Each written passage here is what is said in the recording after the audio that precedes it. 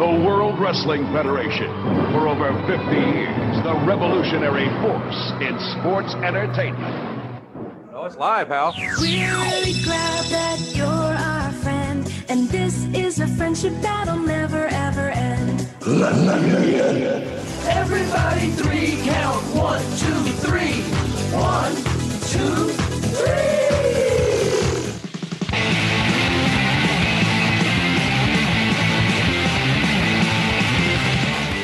Or maybe The Rock has got to beat Triple H himself, which means he's got to beat the game in the middle of the ring. And he has a $2 for a wife.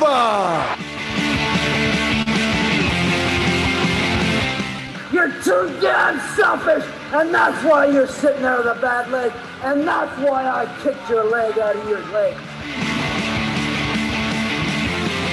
You guys talk about being students of the game. I am the game, JR. 3 ain't enough now. I need 5. Welcome in Jim, Ryan, Matt, Tim, and intern Mark. Oh my goodness, what do we do? There's a 1. There's a 2. Oh, wow. So make no mistake about it, this is an official declaration of war. This is what you call a paradigm shift. Hello, everyone. Welcome to 3 Count Thursday, live here on our Facebook page. We apologize for the slightly late start. We're going to blame it on the intern. It was the intern's fault. We're blaming him, and that's just how it's got to be tonight. But we are the podcast of the millennium. It is Thursday, September the 3rd, 2020. We got tons to talk about this week, including, yes, another pay-per-view, and the big dog rules his yard. But first, make sure you go to 3countthursday.com. That's where you can find everything 3 Count related, all of our social media links, our YouTube channel, our merchandise over at whatamaneuver.net. What a maneuver! Oh, you're muted, Tim. What a maneuver. Yes, what a maneuver. Thank you. Thank you. Our Patreon page, our home network, of course, NGSC Sports. You can find them at ngscsports.com. And also, we stream daily at leebsports.com. Ryan, that would be? LEEIB sports.com. That's the one. Welcome in, everybody. Hope everybody is doing well. If you're following along with us on a live video, make sure you interact with us on the show. Give it a like, give it a share as well. Tim, how you doing? I'm good. I'm doing last minute stuff as on the fly per usual, but that's how we do around here. I like the format this week on the video. I think I'm sticking with this. I think this is going to be it. This one's sharp. Ryan, how you doing? Yeah, it's Tim. Very nice. You've really done it great this time. It looks very nice. I am doing good, Jim. Thanks for asking. Good. And Matt, how you doing? I'm doing good. Just good to be back. Moved in, so I'm happy to join you guys again. Yeah, I see the new setup behind you, and it's good to see you. Good to have you back with us this week. Right off the bat, we actually have an indie show to promote this week. This Saturday, CCW has a free show. That is the best price of any price at the Marysville Lions Club, Marysville, Pennsylvania.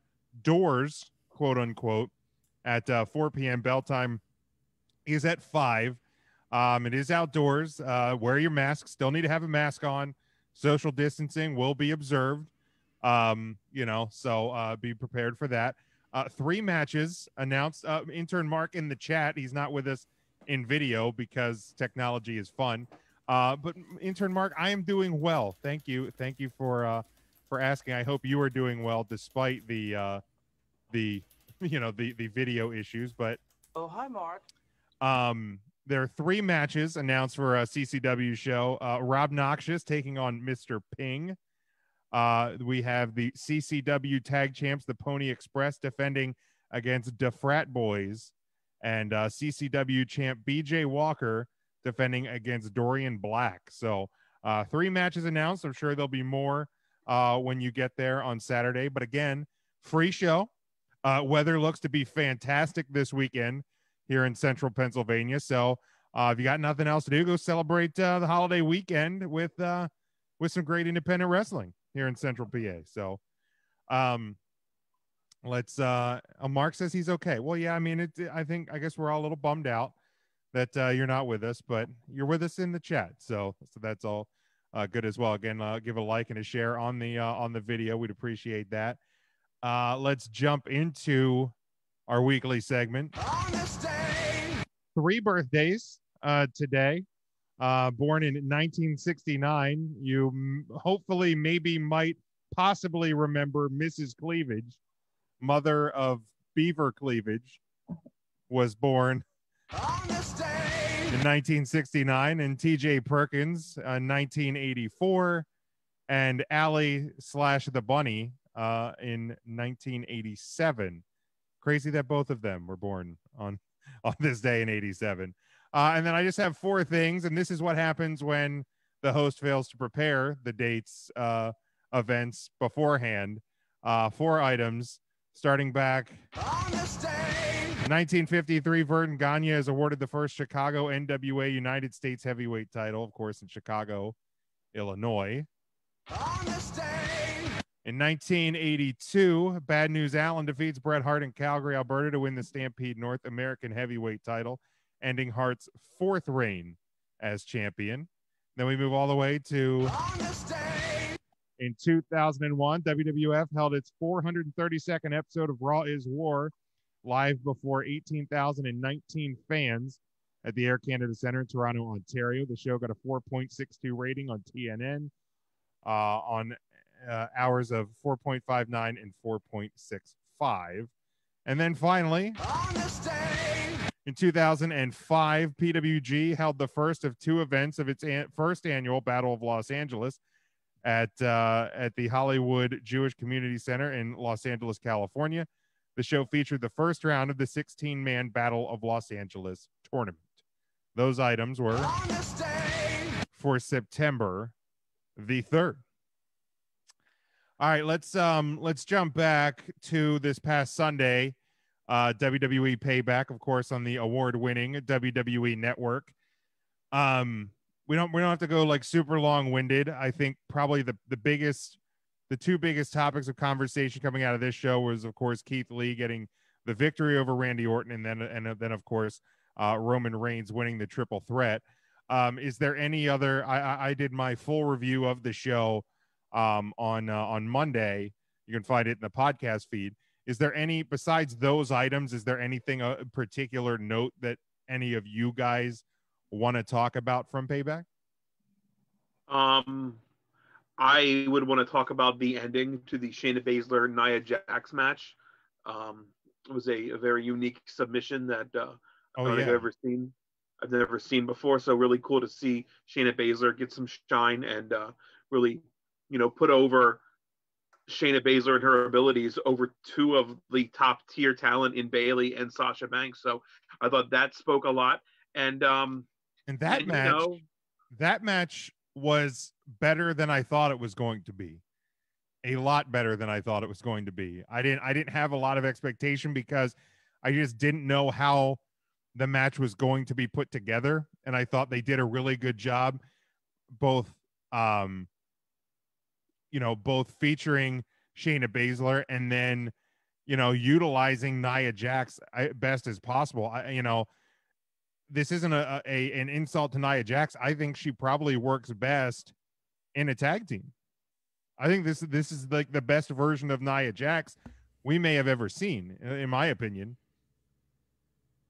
She's been training a lot with Brian Kendrick, so it shows.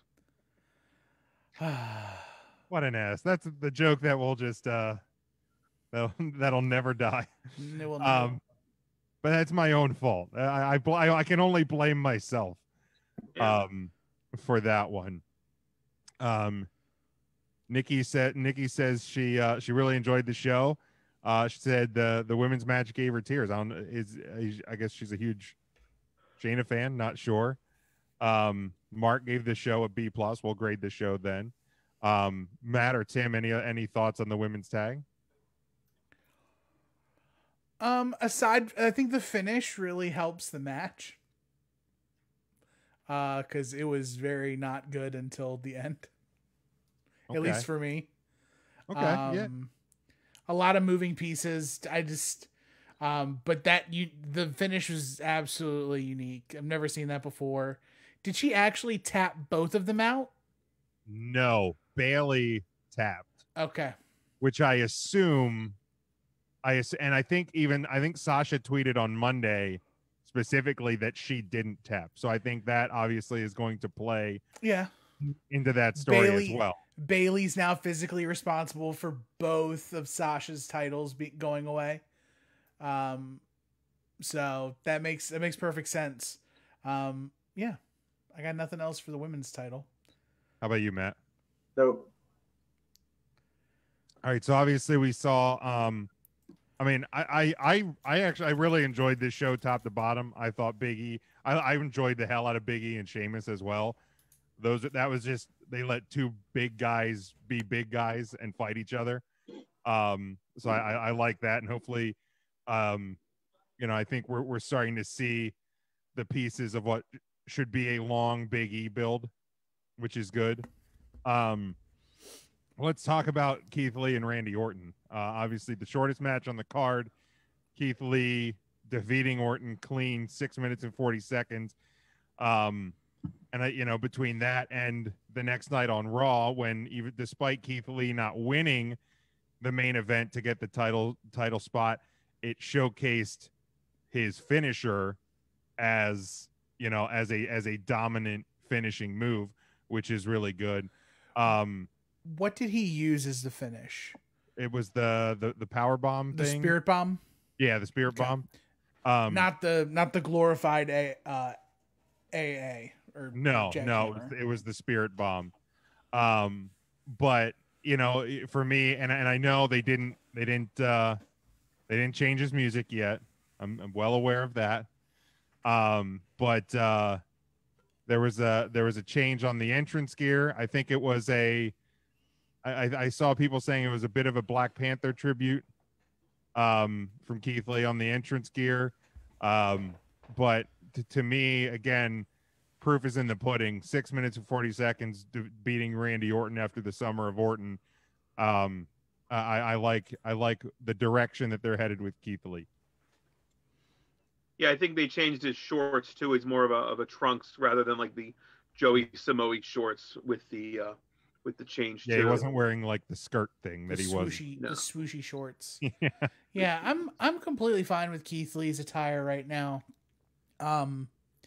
The big giant body stocking on the top, I mean, I'll get used to it. But look, Dusty got over in polka dots. Keith Lee can get over in this tight shirt. Like, if he's going out and he's doing Keith Lee stuff, like, that's perfectly acceptable for me. I got no problem. I mean, we all remember the time they put Kevin Owens in a suit. Oh, wait, no, that never actually ended up happening. Ryan, thoughts? There's another fellow podcaster who I'd like to just try to maybe channel a little bit, and yell a little bit and then call you an idiot for liking it, Jim, bro, and be from New York. And I just don't understand why somebody would like something like this. No, I don't know. The match was great. The Spirit Bomb is such a great move. It's a really solid move for a big guy. Big guy doing big guy things is what we should see out of big guys. I hate the music. I've been very vocal about it. No need to change it. It's beyond dumb, but I'm not going to get stupid angry about it and yell into my microphone or my phone or whatever I'm talking into right now. So the Flyers might lose today. So that might get me yelling. I don't know. But we'll see on that. That's Mark's fault. They were winning before the debacle or was tied. I don't freaking know. It's Mark's fault. But yeah. Keith Lee is a good guy. I like him. He's a big boy. Very good. Matt. Yeah, I mean, it's hard to argue with the results at this point. I also don't like the change in the music. I don't understand it. But really, Jim, with the Trulies. They're tasty. Don't judge me. I mean, you do have the claws out shirt, so you're one step away. Anyway, so back to Keith Lee. I think that the build is going to be a fun one to watch. And starting off with a feud against Orton and a big win, I think, is the main takeaway to focus on. Yeah. I mean, again, I'm not a fan of the new music, but I can look past it. And then let's go to the main event. Obviously, it was the no hold barred triple threat, and I figured something along the lines of what we saw with the superplex was coming, because like in the first match, I was like, wait a second, they don't have the LED posts, and I was like, have they had them in the Thunderdome? So I like look back at like pictures and stuff from SmackDown and SummerSlam, and I was like, okay, they were there, so something's going to happen. I thought I was thinking on the lines of Retribution. I thought maybe Retribution was going to come down and destroy the ring, and I thought if they come down and disrupt that main event, then you can get out of Reigns not winning, The Fiend not losing, and everybody can just unite and complain about Retribution than anything else. But of course, then we saw the superplex. Charles Robinson, Lil Nate took the bump of the night. Kudos to that guy. And then, Reigns came in, signed the contract, cleaned house, kicked the Fiend in the dick, gave Brawny the spear, and the big dog is back on top of the World Wrestling Federation Entertainment. Never saw it coming. See, I knew you'd finally come around. They should have had that for the tagline for Payback, but I loved it. Like the match between the Fiend and Braun was not about what you would expect, but between the Fiend and Braun. But I figured Reigns. I predicted Reigns was going to come out on top. He did. He's a Paul Heyman guy. It was besides the music, which they didn't change, which I mean is weird because they change everybody's music. But yeah, I like the way it was booked.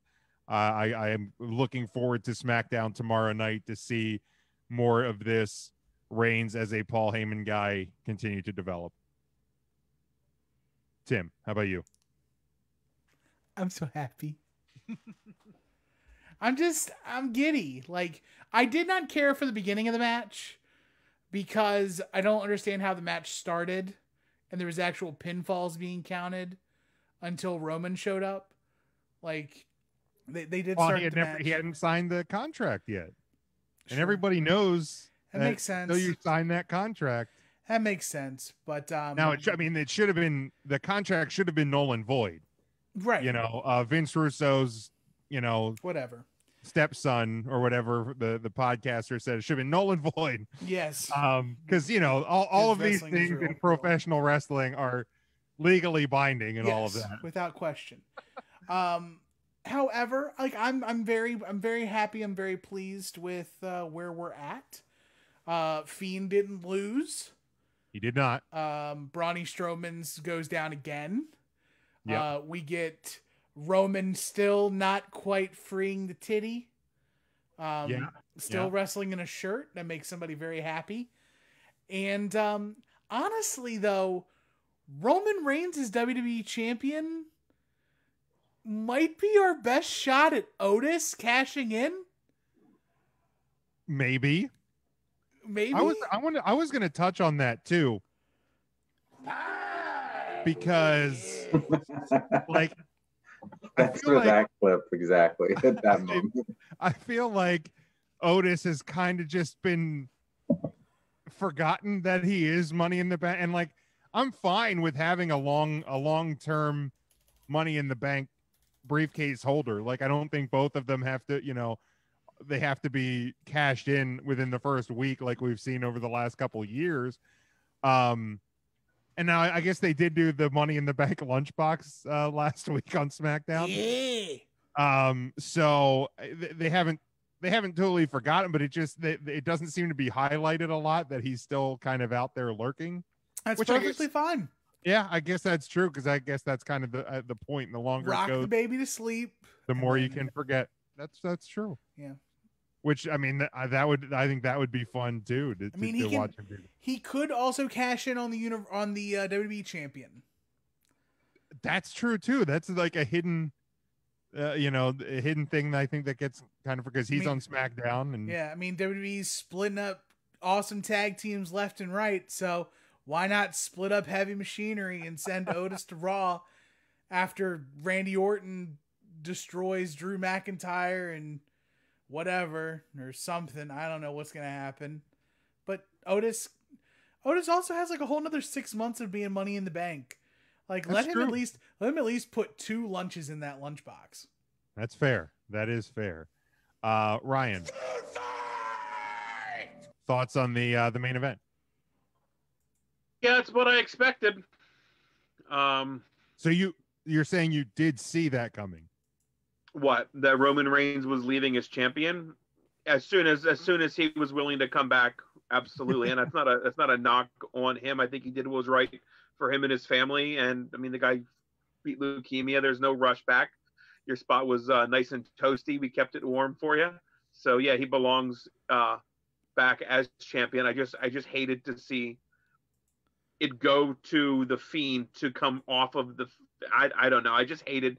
I get protecting the Fiend. The guy can get like slaughtered and killed, but can't take a kick to the dick. I don't know. It just doesn't add up to me. Yeah, but at no point with the Fiend has he ever not been able to get hurt, though. I mean, even his very first match against Finn Balor at SummerSlam, I mean, he was pretty close to losing, like to the point where I was ready to kick through my TV because he was getting beat down. So he's not invincible. He's not impervious to pain. There's a level of that though, that there he is, Jim. Like, he takes a decent amount of moves, finishers. He stands up and no sells sometimes, like it's part of his character. But like, a kick to the balls is just too much. That's fine. Well, like, I mean, he might have very sensitive testing. I don't know. Find the toughest guy that you know and kick him in the nuts as hard as you can. Tell me if he doesn't react and fall, at least go to a knee. You mean to tell me this new Roman Reigns couldn't kick a demon in the balls and make the demon just flinch? Have you seen his new body? He could. I guess. I mean, he's the big dog. See, you heard it. He is the big Roman dog. Reigns is in my living room. There's the ooh-eyeing all over the place. I mean, the right guy took the pinfall. That's fine. I get it. The Fiend didn't have to eat the pin, but yeah, it's better on Roman Reigns anyway. I don't like the belt needing to be associated with the Fiend. We said that weeks ago that it doesn't have to happen. So now that it's not there, if you're not going to make a good program with him as champion, just keep him away from the belt. Yeah, and I'm having a little fun with you. I do agree. Like, and I am certainly glad that he didn't eat the pin, but let's stop. And I said it I said it before his first run as champion. I'll say it again after his second week as champion. Stop giving the Fiend the title. He doesn't need it. He's one of those characters that absolutely does not need any so what was that, iced tea, Tim? Yeah, but I thought I was getting food too. Now I just have a drink. So I'm kind of confused. Sad music for Tim. Sad music for Tim. Here we go. Sad day. How am I gonna keep this body? Body by steak. I did get that shirt as well. I also feel gypped, and maybe it's just my the payback and karma for my saltiness at AEW over the years. But pro wrestling tees. He got hosed. Over the years, they've been around for like a year. It feels like years. Well, I mean, to be fair, the Elite goes back to before All In. So that All In was 2 years ago, right? The first All In. 2018. Yeah. So it's been years. ROH is All In. Yeah, same fucking difference at this point. But the Pro Wrestling Tees did the the AEW grab bag, and I got the Blood and Guts shirt. That is just awful. It's awful. It's awful for two reasons, Jim. It's awful One, because it's a bad design. It's a bad design, and two, it's a reminder of a time that the world did not know what was happening with COVID, because didn't everything shut down like 2 weeks before Blood and Guts? That would be correct. Yeah, that would be correct. Yeah. Blood and Guts is now the new ACW shirt. The event never happened, right? Blood and Guts never happened. Blood and Guts never happened. Ended up becoming the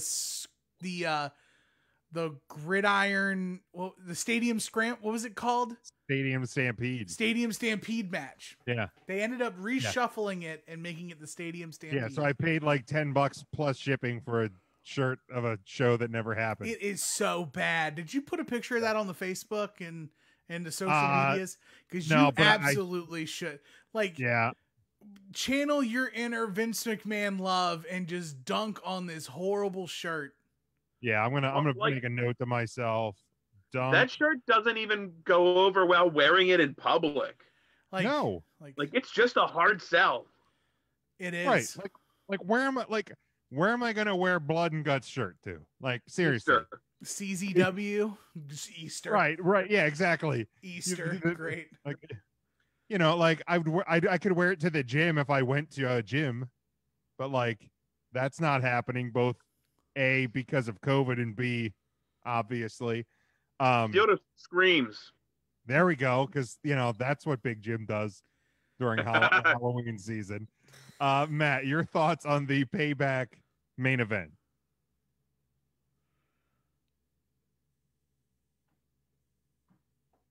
Matt, we can't hear you. Did you mute yourself? Yeah, he did. Hard mute on his end. That's not. I don't see him muted. That's not good. Oh no. He lost his voice. Oh no. Oh yeah. Too much Stone Cold IPA. It just makes you hoarse. Oh no. Oh no. Oh no. We definitely can't hear you. Oh, this technology is so bad. Technology is just kicking us. What's the celery guy saying? Celery guy anywhere? Who, intern Mark? He says. No, the other celery guy. Matt, are you there? Nope. Oh no! What is happening? Sad music for Matt now. Yeah, right. What the hell is even that? I don't know. Intern Mark asks, can you knock a guy out by kicking him in the nuts? Possibly. I don't know. Find a guy and kick him real hard. Yeah. Who was that guy you said to at college that almost kicked you in the nuts, Jim? You complimented him, like nice earring or something, nice ponytail? Oh, no. It was Harley, and I complimented him on his sideburns. That's what it was. Apparently, Drunk Jim is very sarcastic sounding. And hey, bro, nice sideburn. This is a guy, because obviously nobody else went to college with Ryan and I. This is a guy. Sorry about the janky look on the screen right quick. That could fireman. That could fireman's carry like a human being up multiple flights of stairs, like a 200+ pound human being. Matt, are you back? Let's see. Yes! Woohoo! There, we did it. And I told this large human being that could beat my ass with both hands tied behind his back. I made fun of his mutton chops, and apparently he wanted to kick my ass. But Ryan and Matt and my friend Russ talked him down. Overnight, and I got a stern talking to via AOL Instant Messenger to watch what I say to people when I'm hammered at 3 in the morning. What was the screen name? Oh God, I don't fucking remember. What was everybody's screen name?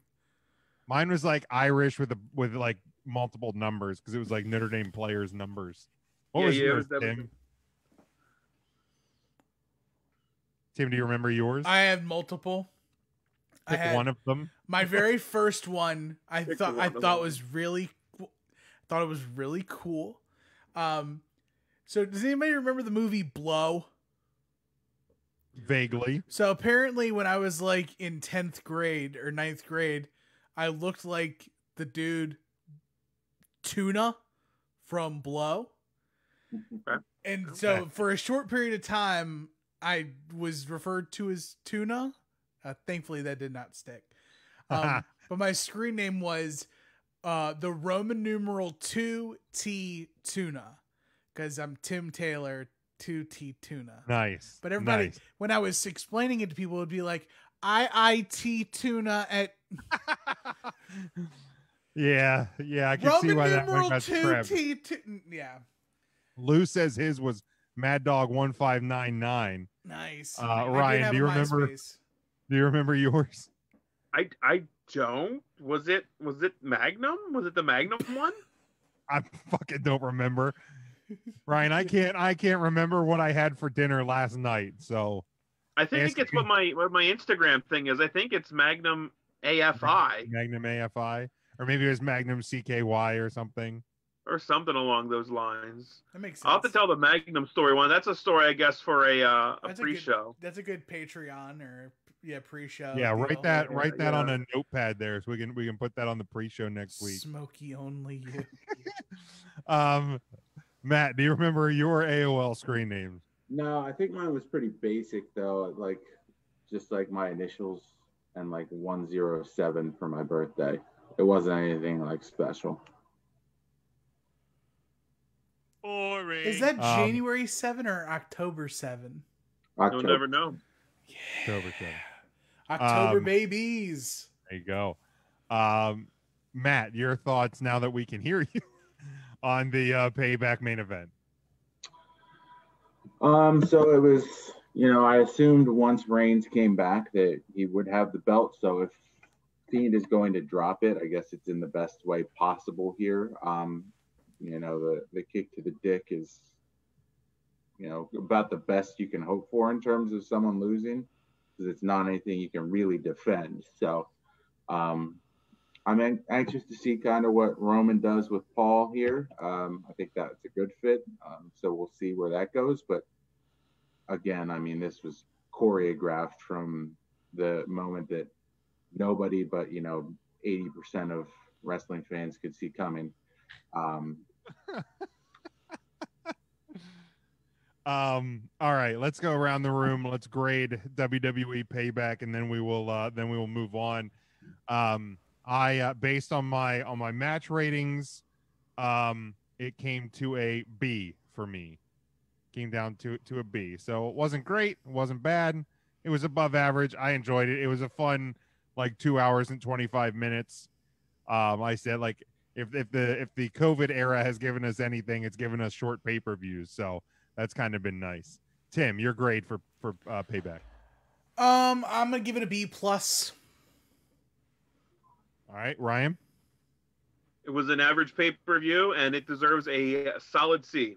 Very good, Matt. How about you? Yeah, I had it as a C as well.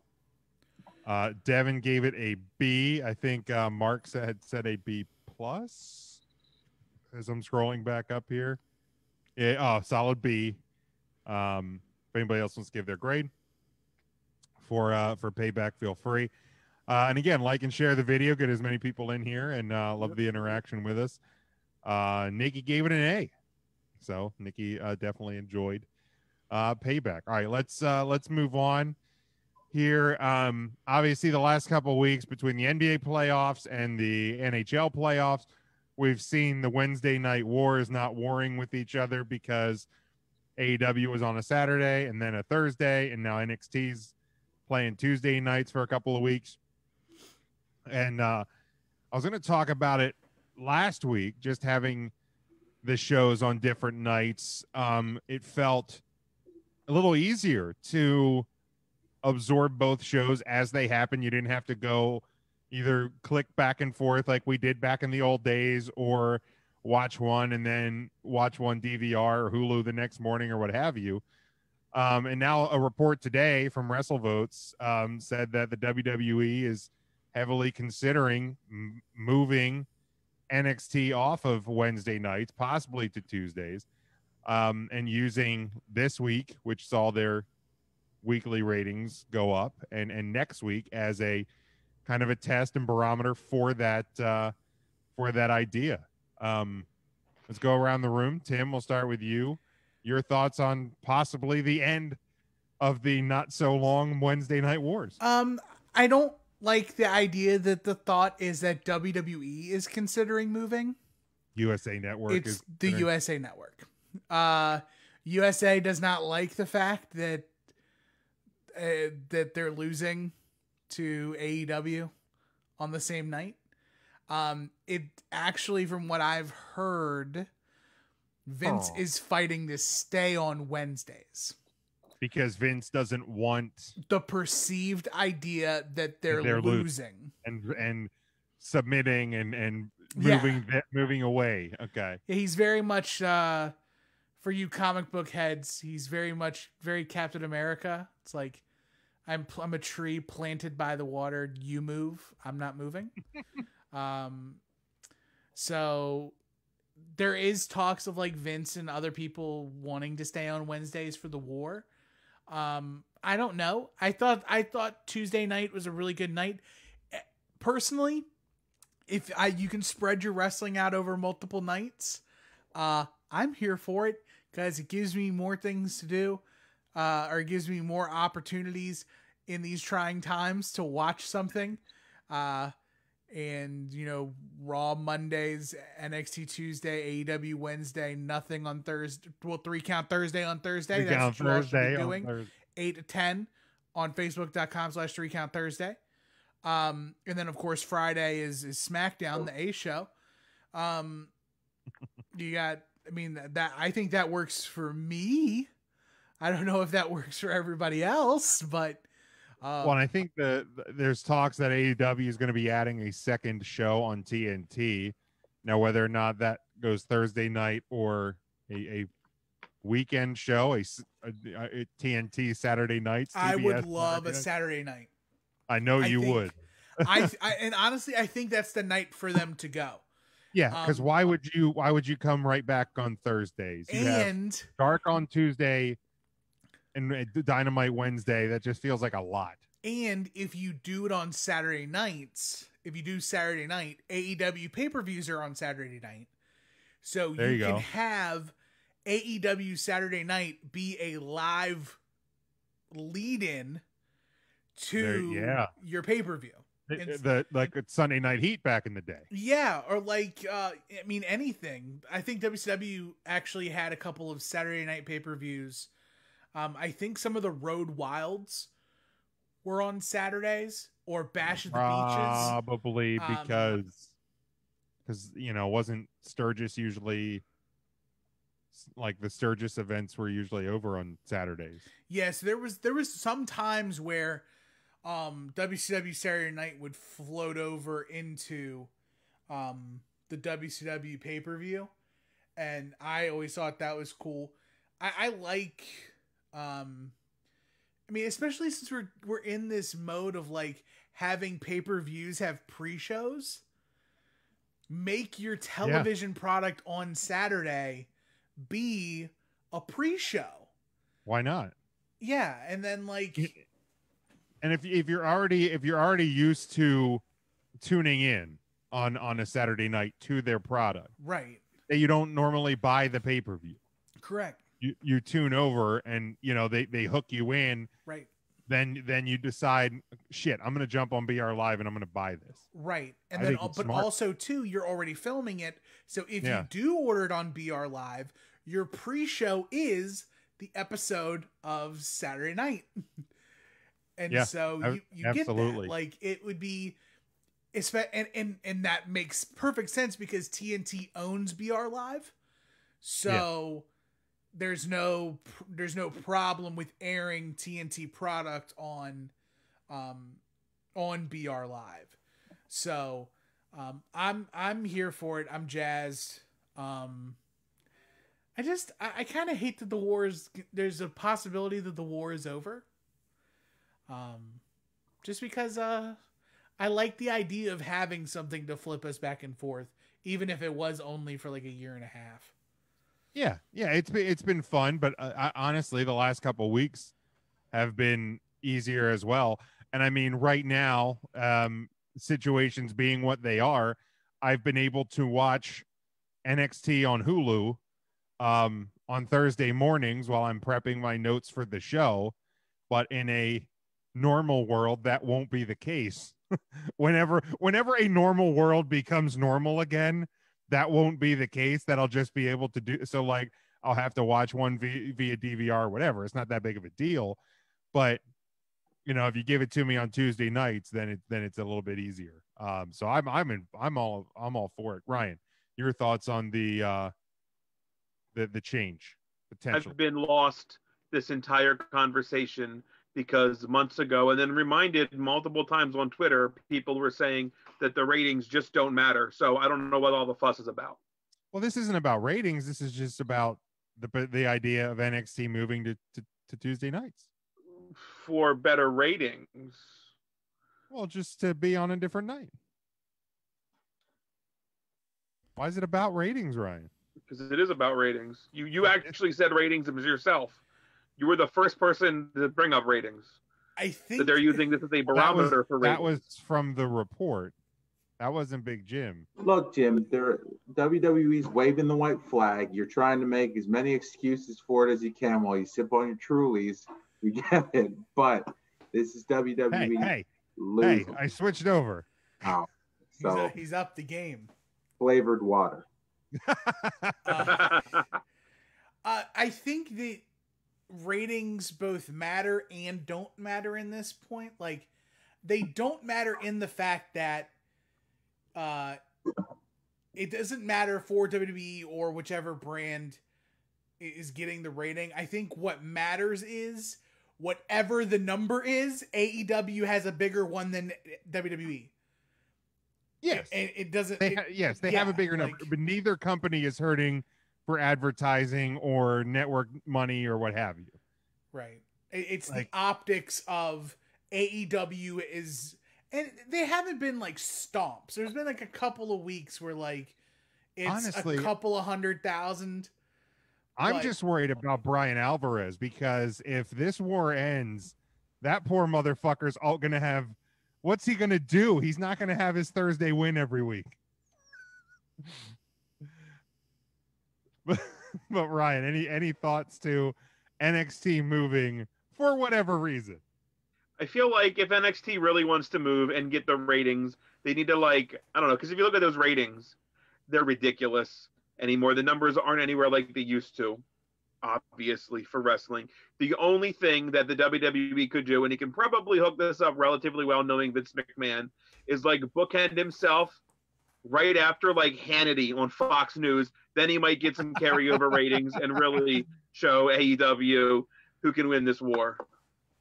Yeah, I mean the Fox News crew has been making out like gangbusters during this quarantine time. Matt, your thoughts on the potential end to the very short Wednesday night wars? Yeah, it's good to see Vince, concede defeat,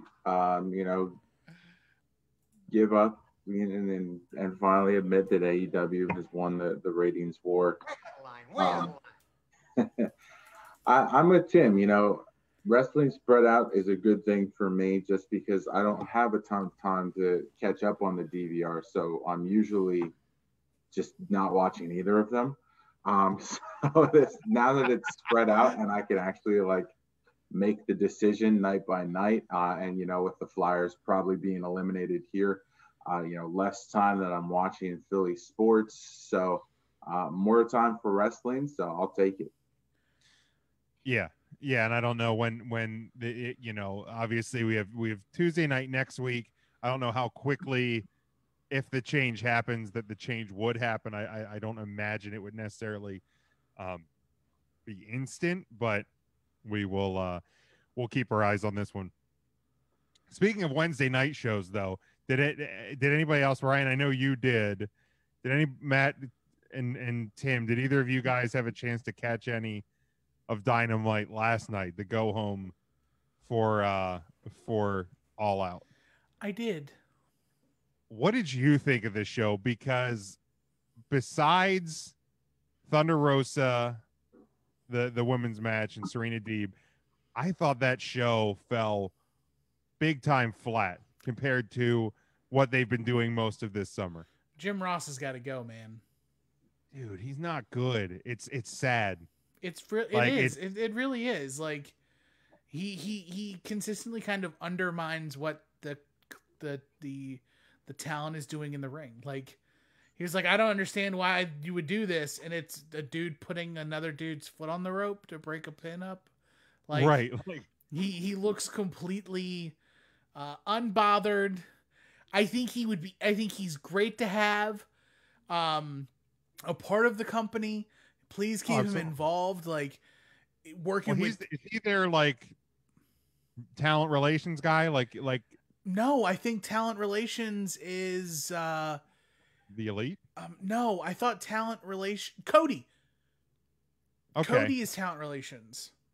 You keep JR in what he's really excelled at, and I think the greatest thing he's done in AEW, and that's those sit-down interview talkie segments. Go back to the Buck segment that he had. That's what JR should be doing. You don't feature him every week, that's fine. It doesn't need to have a sit-down interview every week, but utilize him in a role like that, and he'll exceed in what he does. Or pay-per-views. Yeah. Bring him out on pay-per-view. Bring him out for the talkie bits. Or big time matches on Dynamite. Like, bring him out, especially now. Like, I know this is some bleed over to like the rumor roundup later on tonight, but like, there's at least 2 names that are now free agents that could easily slot into Jim Ross's seat and not only like do his job, but possibly do it better. I think like one of my problems, and it's not just last night, although last night it felt really bad. Yeah. Is I feel like there's 3 guys who want to be play-by-play commentators. And it just it's there's a constant, and I don't know if I notice it more because in the last couple of years I've done commentary for the first time in my life, and when me and Ryan and Matt do commentary for a show, like we kind of have our quote unquote roles. Obviously there's going to be points, and there's points if you watch an NFL game or a college football game or an NHL game where the color commentator will call a bit of the action because he just happens to be talking at that time. But like with AEW's commentary, it feels like they are just constantly stepping on each other's feet. And it's, you know, and I'm not saying that WWE's commentary is that much greater a lot of the times, because we've voiced our issues with it over the years on this show. But man, it's I feel like if you get JR out of there and figure out between Excalibur and Tony Schiavone which one is the play-by-play and which one's the color guy, then you can be in a lot better spot. Well, and that's the thing too, is that like all 3 of them do play-by-play. There's no surprise that some of the best commentary work AEW's done during this asterisk era of wrestling was the 2-man commentary of Tony Schiavone and Chris Jericho, where Jericho, or Taz. Yes, Taz and Jericho are traditional color guys. They don't call play-by-play. They are the professional.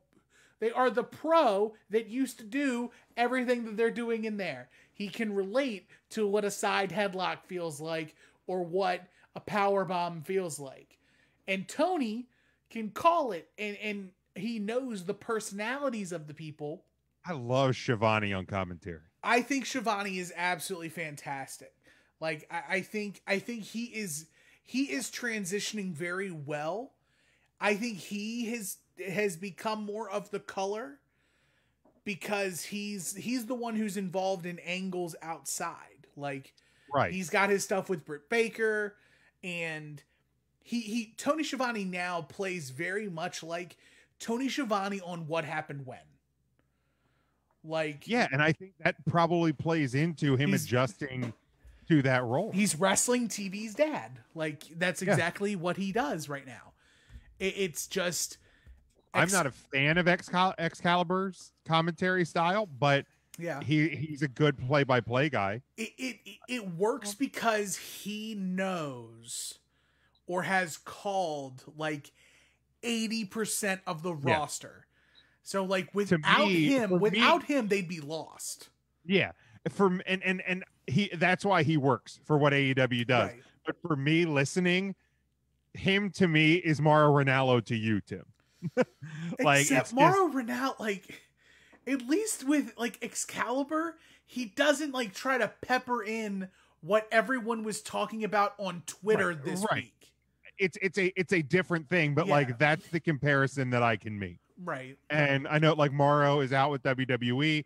Like here's the, I wish him all the best. Like, you know, like the mental health stuff, like that documentary, because I have mental health struggles of my own, like that hit on a different level. Like I have the utmost respect for him, but I've said for a long time that to me, Mauro Ranallo's commentary style works better in the shoot fight world, because in a boxing match or a UFC match, literally every second could be the end. Mm-hmm.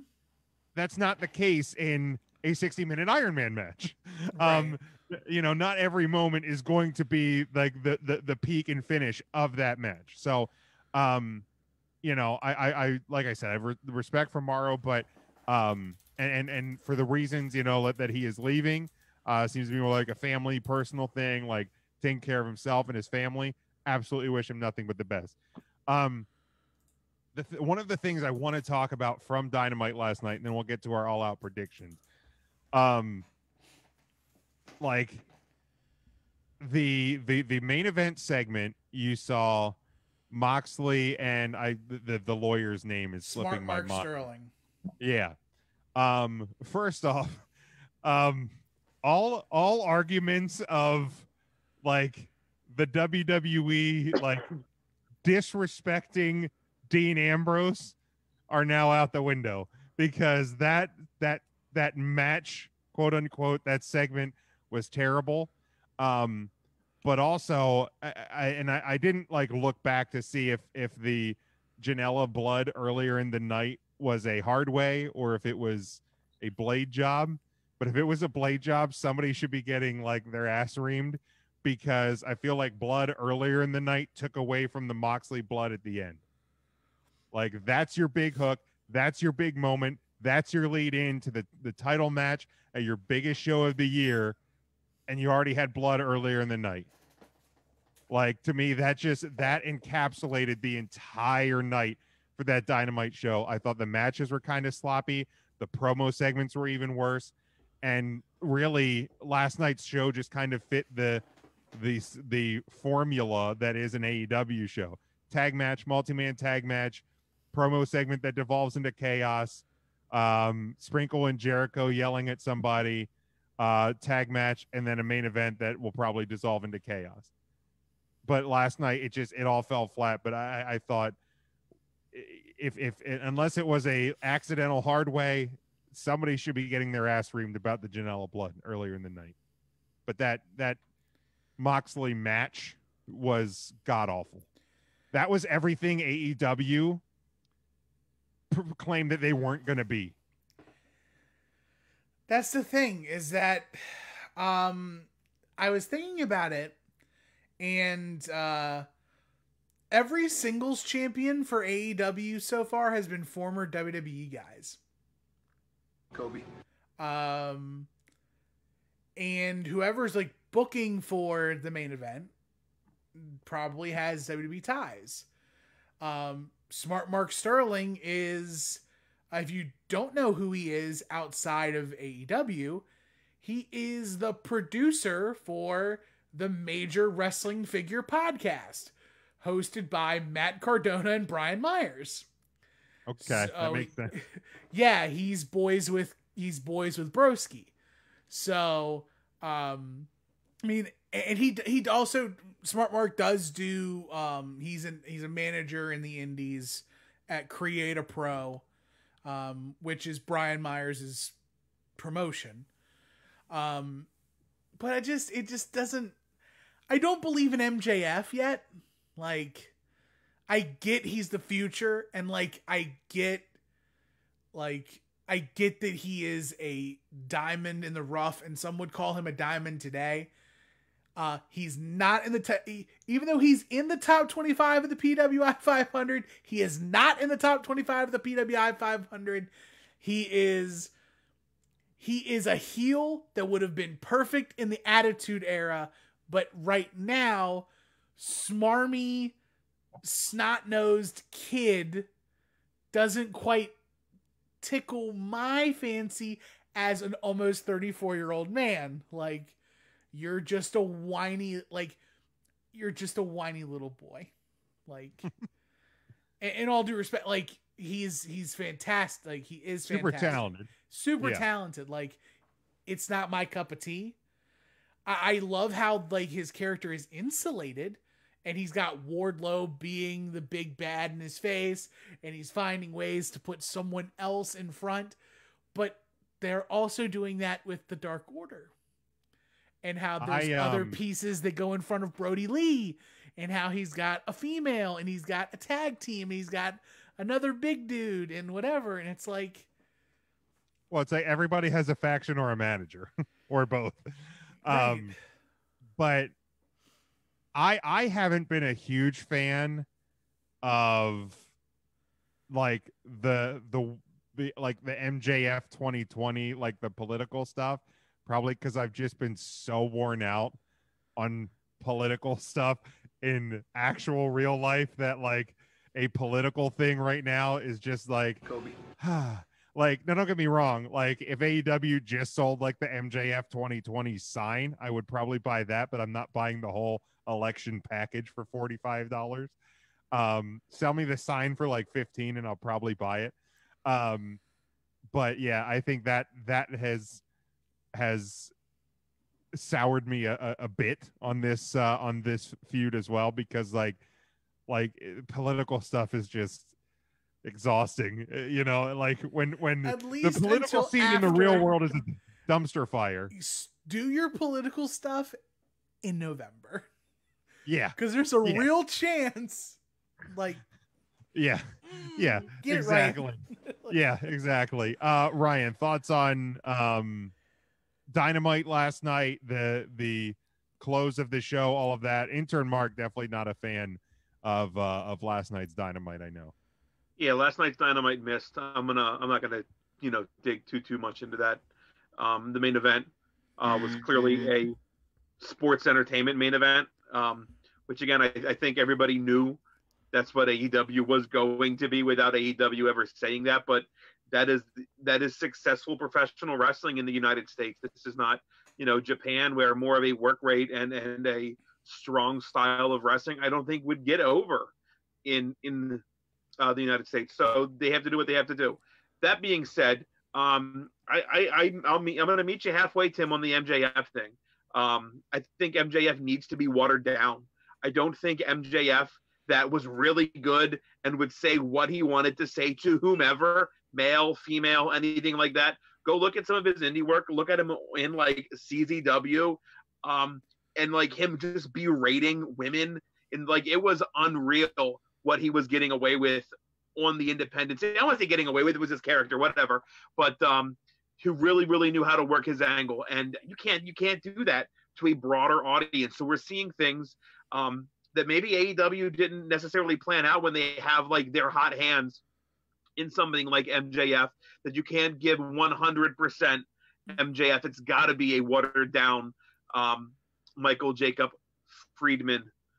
So you get what you get. But also to your point, they've got to do something other than previous WWE guys really soon. I remember our conversation for All Out was Jericho or Adam Page. You've got to go with Jericho for the name recognition. Sure. You have to do it, and it was the right call. And then to have not put it on anybody, to introduce now a TNT championship and have it with Stardust and Brody Lee, Luke Harper, whatever you want to, you know what I mean? You just can't. You got to spread some love. The women's division is the only division. I guess the tag division as well. Spoiler alert, ex-WWE guys are going to win the tag titles in 2 days. Well, the tag titles had mainstay dudes from TNA and ROH, and then the dude from New Japan and the young stud from Ring of Honor. So it's like, yeah, that's not wrong. Literally, you're not wrong. Yeah, like. But again, and now you're going to turn right around and probably put them on to the Revival on Saturday. Whatever this hand signal means. Right? The reverse shocker, right? Yeah, it's very weird. It's weird seeing Christian Tully Blanchard go one in the pink, two in the stink on television. It's weird. It's like the Southern thing. Well, and you know they're a heel because they got a manager, so right. You knew that too. But yeah, it's, and we'll obviously we'll get to our predictions here in a minute. Matt, any thought? I know you didn't have a chance to catch Dynamite last night, but any thoughts on the build to All Out or anything like that? I mean, I think it's like, I know that we're kind of making the jokes about the former WWE guys, and I think it's just kind of to be expected. You know, they have to capitalize off of the names. You know, would it be better to see them build their own stable and give these title shots to, you know, people that have been with the company since day one? Sure, but at the end of the day, I mean, they really want to win that ratings war. We make jokes about that, but that seems to be the most important thing to AEW, and the best way to do that is to say, hey, NXT fans, here's this guy that WWE didn't use properly. We're going to give them a shot here and show what they can do. So, you know, to see someone like Brody, who I still think is one of the top 5 technical wrestlers in wrestling today, get this massive push is a good reason for me to tune into AEW on a consistent basis. That being said, from what I've heard, and I did follow along a little on Twitter, you know, it was a swing and a miss on Wednesday, and that's not what you need going into your pay-per-view, coming off the heels of back-to-back pay-per-view weekends from WWE. Yeah, and I mean, I know obviously we do make jokes. I really have no issue with Brody Lee as TNT champion. I think Brody Lee is fantastic, and the Dark Order has turned into something that's actually pretty entertaining. When at the start, you know, the jokes about them being called the Dork Order were pretty appropriate, because it was really bad at the start, and they have gotten a lot better with that. So I'm not just taking shots to take shots. I don't promote being the Elite anymore. I've stopped really watching it, but go out of your way to watch the stuff with the Dark Order on Being the Elite. It is hilarious. It's literally Brody Lee telling John Silver to shut the fuck up. It's so good. Like, everybody else is great. Everybody else is great. Like, he's like, you do something. And then he's like, Silver, shut up. And like, he's just bullying John Silver all day. It's like, I got the gag, and it's just, I want more of this bullying. Lou says Jake Roberts saying busting a nut on national TV last night alone sums up last night's show. But yeah, I mean, yeah, it was a miss last night. Was definitely a miss. But you know, that's kind of the anomaly a bit. I will give AEW credit. They have they usually do hit pretty well on their weekly show. So let's go to the predictions. We did have the question of the week that ties along with the predictions, and we'll get to that when we go through it. If you're following along in the live video, I want to give your predictions for the matches as we go through them. And which match are you most looking forward to? I forgot to pull up the responses, but we appreciate everyone who gave responses to the question of the week on social media. The 3 count question of the week, which is which match are you most looking forward to? Let's start with the pre-show, and I don't like that this match is on the pre-show because of how much attention this storyline has gotten throughout this summer. I don't have a huge issue with pre-shows. I've said that before. Like somebody's got to be on the pre-show. Yes, Tim. What is a tooth and nail match? I have no clue. I assumed Big Swole did her nails and Britt Baker's a dentist. I guess anybody's guess is as good as mine. And Was yeah, that like they haven't explained it. That's one of my problems with their commentary as well. And I know, again, like, what's a Brahma bull rope match? I don't know, but I bet it's a the bull WWE rope match. But I guarantee you that if you go back and watch a Brahma bull rope match, the WWE explained the rules for it about 14 times. But it's a bull during rope the match, but not before. But it's match. a bull rope match. Maybe, and I know what a bull rope is. I know I've seen bull rope matches. A bull rope match is a thing. What's the Four Christian Corners Rock match? Record Company, isn't it? They're sponsoring this match. Tooth and nail. What's a stairs match? What you gotta walk up the stairs. You have to beat somebody with stairs. I have no clue what it is. Okay. I'll reserve my judgment on the name of the match. I have it. Oh, No, it's bad. I'm just pointing out, Right. like, it's bad. Like, there's no defending it. So the only way you would know what a tooth and nail match is if you listen to AEW Unrestricted. Tony Khan was the con man, was the guest for the Go Home Unrestricted, and he explained what the tooth and nail match Oh, this is ridiculous. I'm reading it Here now. it is. This is so bad. Okay, go ahead. From the mouth of Tony Khan, we're going to have our first ever tooth and nail match between Britt Baker and Big Swole. Dr. Britt Baker, the tooth and nail match, the pun is definitely intended, as they will fight tooth and nail. It will be Falls Count Anywhere, and they will be fighting in and around a dentist's office. I understand Britt's office, in fact, will be set up, and I think is going to be a real house of horrors for Big Swole. But she knows what she's signed up for. So essentially, it's a fight in a dentist office. Oh boy. Okay. So it's a boiler room match. Yes. There we go. Well, and theoretically, I guess this could be cinematic. It will be, absolutely. Okay. So, I mean, they did well with their cinematic match before. If Britt Baker doesn't pull out an obvious chiclet from Big Swole's mouth during this match, then it gets an F from me. There we go. We heard it here first. Okay. At least they explained it. Hopefully they explain it on the pay-per-view. But because that's another thing I think they need to do a little bit better job at, is not just assuming that people listen to their podcast and watch Being the Elite.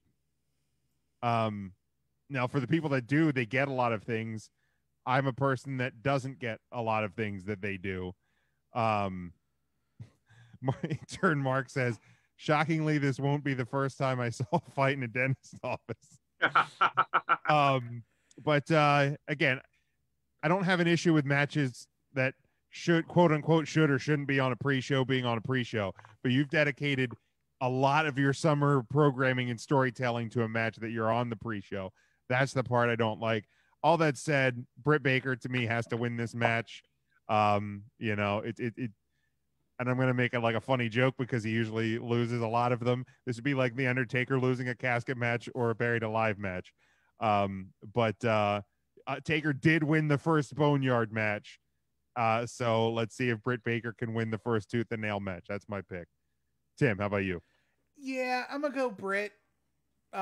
Just because nobody likes being in a dentist office, and only Britt Baker would know how to go around. And besides, she's got Reba with her. So it's a 2v1. Reba. Yeah. Reba. Got it. No, her Rebel. Ryan, how about you? If we're all done shitting on this, I do want to point out that I love the lockjaw submission. I think that is a great submission. I will agree with that. Maneuver. I love it. I think What a maneuver. It's visually appealing. It's just disgusting in the COVID era to ram fingers in mouth, but I do enjoy that move. I'm gonna go Brittany Bake. Matt, how about you? Yeah, knowing what I know about why this match is called what it is, it has to be Britt Baker. And let's never have a tooth and nail match again. I'll agree with that. Devin and intern Mark both have Britt Baker winning this as well. Then we go to a tag match: Jurassic Express, Jungle Jack Perry and Luchasaurus taking on the Bung Yucks, Matt and Nick. I have the Young Bucks winning because they're the guys in charge. Tim, how about you? You know what? Screw the Young Bucks. How about Jurassic Express for the up? All right, there you go. Yeah. I would like them to win. Yeah, they're gonna. I don't think they will, though. Shut up. Because Cody's not on the show, and I already kind of gave Cody gave will away. totally. There's a place for Cody on the show. But and I already kind of gave away my thoughts on what'll happen in the tag match. So one of the 40 EVPs has to come out of Victor. Ryan, your prediction here. A boy and his dragon. Or dinosaur, whatever the hell he is. He's a dinosaur, right? Jungle Jack Pear. He's a dinosaur. He's a dinosaur. Yeah, then the dinosaur guy. Matt, how about you? Young Bucks, why not? There we go. Devin has the Young Bucks. Charlie says not to change the subject, but since we're discussing AEW, anyone hear the ridiculous comment Tony Khan made? It's not ridiculous. Okay, so what was the comment? I'm assuming he's alluding to on the presser today on the media call that he had said that Double or Nothing was better than WrestleMania. Of course he's going to say that. Why would he say anything else, whether it's true or not? Like this year's WrestleMania? Yeah. Did he not see the Boneyard match? Right. I mean, it's an incorrect statement. However, what did you expect him to say? Well, I mean, the Jacksonville Jaguars were the best team in the NFL last year. Like I didn't hear the question, so I don't know if he was like prompted to say it or if like he was just like, I'm going to take a chance to like say we were better than WWE. But like, regardless of how it came up, if you are talking about the two, of course he's going to say his show was better. Yeah. Like, is Vince McMahon or Triple H going to say that Double or Nothing or All Out is better than SummerSlam? No. Like, we as fans may think it's ridiculous. And here I am defending Tony Khan. Of course he's going to defend his show and say his product's better. Like, it may be ridiculous. Nikki's got to bounce. Thanks for joining in, Nikki. We appreciate you as always.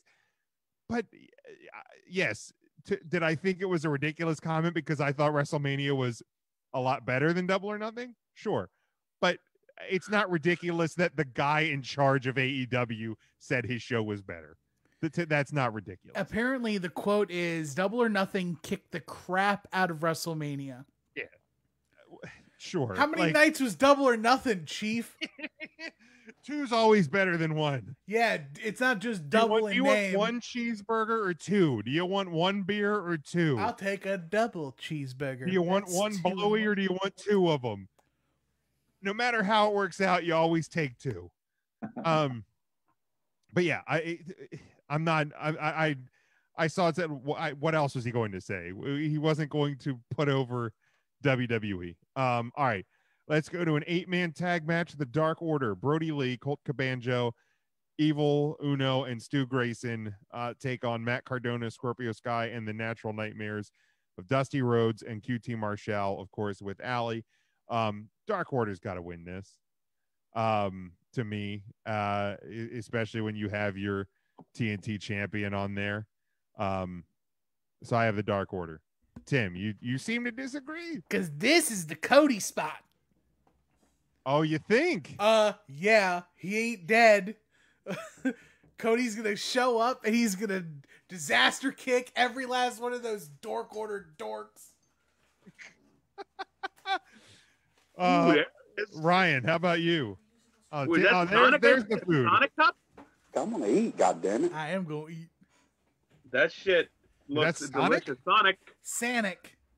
Oh man, you gotta give us the deets on what you're gonna stuff in your gullet. It's there. always the same thing for me. It's a number 2, plain with fries and a Coke, easy ice. Easy. They got tasty burgers. I haven't had one of them in a long time. They're so good. Sounds like a very plain meal. This is a very plain meal. I'm a very plain individual. A man of simple tastes. There you go. Ryan. I never change my order, and I get shit on all of the time.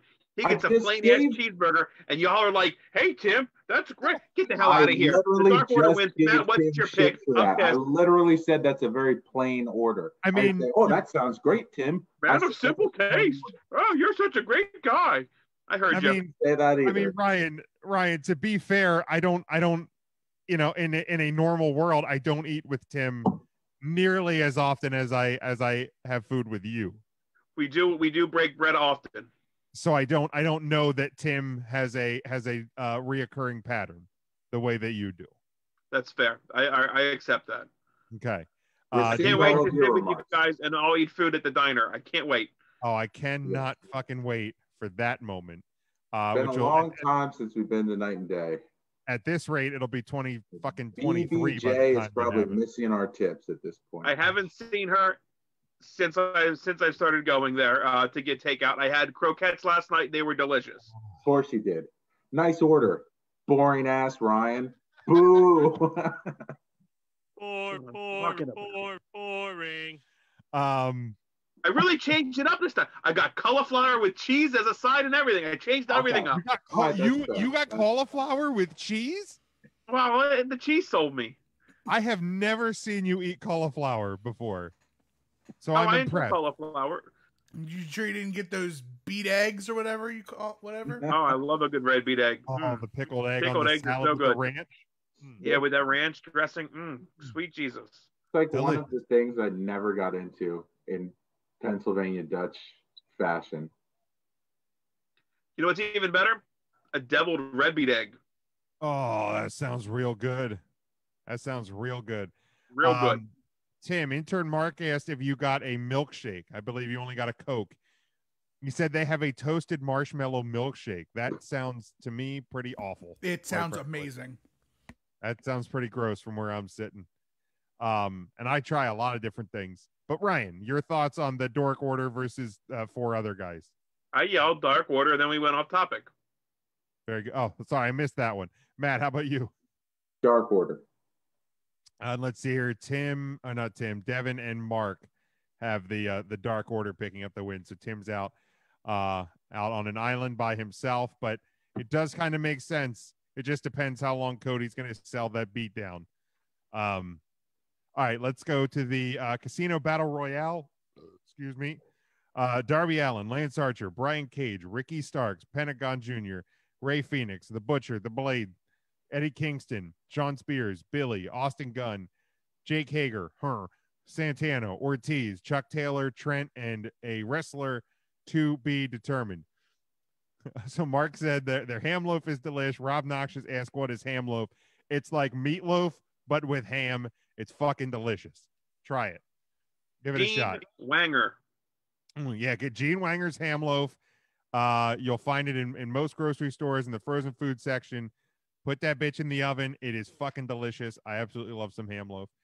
Now, are you topping that with a topping, a raisin sauce, or a Usually a pineapple. Pineapple sauce? Like the pineapple and cinnamon. Tim, you look like you're trying to ask a question. Raisin sauce? I've seen a raisin sauce. I've seen raisins in the pineapple sauce as well. But I like the straight up pineapple sauce. Now that shit sounds disgusting. There are I've also we're had talking about white Lancaster County, right? They're gonna put raisins in anything they can. That's true. I have also seen ham loaf patties that you'll eat like almost like a burger, and I have put like a honey mustard on the grilled ham loaf patty, which is very good. Oh, intern Mark had that for dinner tonight, a Gene Wanger's ham loaf. I had that last week, actually. So here, let's start with, who do you think the 21st man in the Battle Royale will be before we get to our predictions on the match? I'm going to go out on a limb here. He's a guy that said he's retired. I call bullshit. That's why I got the shirt hanging up. Miro, a.k.a. Rusev Day, will be your 21st man. Tim, how about you? I don't fucking know. Curry Man. There we go. Curry Man. Well, it could happen. It could happen. Ryan, how about you? Oh, that's such a great question, Jim, and I'm glad you've asked it. And I wasn't thinking because I wrote Rusev down long before thinking I would be original. So, yeah. No way, Jose. There you go. Matt, any thoughts on who the 21st man will be? Yeah, I was gonna say Rusev. JR. Devin says Rusev. All right, and now to who we think will win the Casino Battle Royale for a future AEW World Championship match. This is a guy I've kind of come around on this summer, even if I still don't totally get it. Darby Allin. I think Darby Allin having a Money in the Bank, so to speak, would be huge. He is a guy that is clearly kind of a homegrown guy, and from Twitter, if Twitter speaks any bit of thought into the wrestling world, Darby Allin's pretty big, pretty over. So I like Darby Allin to win the Battle Royale here. Charlie says Jeff Cobb as the 21st man. Okay. Yeah, he's still a thing. One on the Cobb. Devin says Cody as your 21st man. Mm-hmm. There you go. Gotta find a way into that title picture somehow.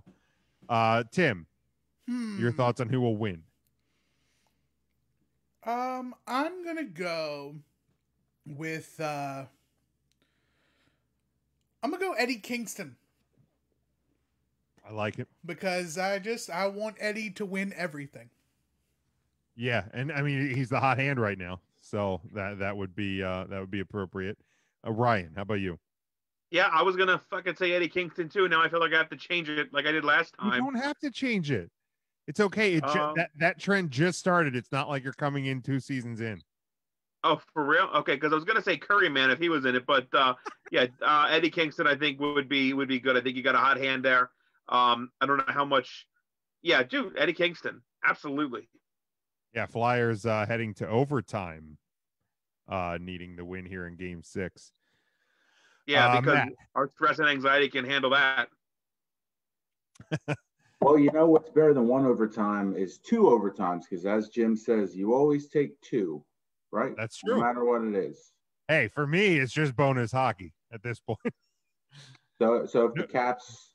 No stress. No stress for Big Jim. The only thing better than the Caps getting eliminated once from the playoffs is if they came back and they got eliminated twice in the playoffs.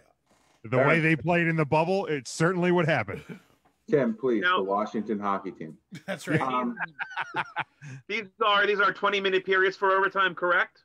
Correct. Yep. So they would need 2 to win in 22 minutes. So we will see 2 overtimes, 22 minutes. The Flyers will pick up their victory tonight.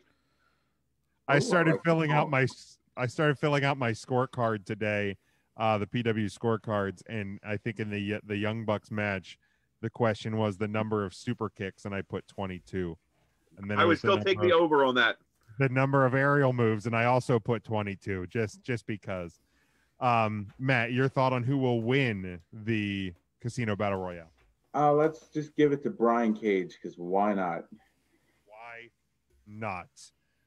Mark has Darby Allin winning this one. All right, then we go to Darby Allin's skateboard. Skateboard is really big. I mean, Tony Hawk Pro Skater comes out again tomorrow. Yeah, I already got it, and it is fantastic. Is it? Oh man, I might have to. I gotta buy it then. Yeah, I might have to buy that. I'm about to lose so much money on video game stuff. I bought the new golf game, and it's pretty good. Yeah, I want to buy PGA 2K21. Yeah, it's good. It's definitely better than Rory McIlroy PGA Tour. Okay, I got to get the golf one. I pre-ordered Tony Hawk, and I've forgotten all about it. And then I was like going through my email the day we settled on our house and like drained our bank account, and I saw, hey, thank you for your purchase at Microsoft. And I was like, huh? Oh, good. Best weekend for this to happen. Ding. Video games, because I guess like the new NHL game soon coming out. That new WWE game, which I actually think looks pretty fun. Pass. No good. No good. Ski? I don't like it's like WWE All Stars, except like you feed people to alligators. Like what? Like it. We gotta get ZZ's got to get royalties somehow. You gotta get them.